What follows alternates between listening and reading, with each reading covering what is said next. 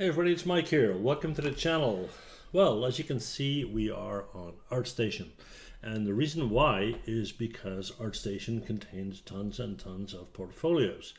Now, what I want to invite you to do is to send a link to your portfolio to my email address, the one on the screen. And what I will do is I will pick a number of them and I will do an online live portfolio review, right?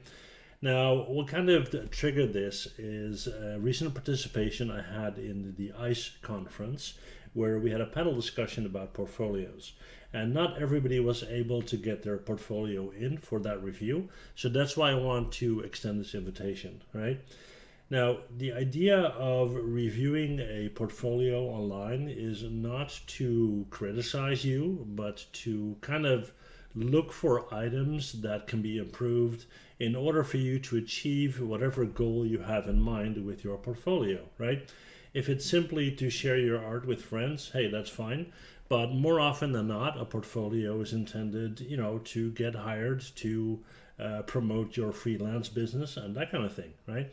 So if you want to have your portfolio reviewed live on my channel, then check out the link below, or the email address below, I should say.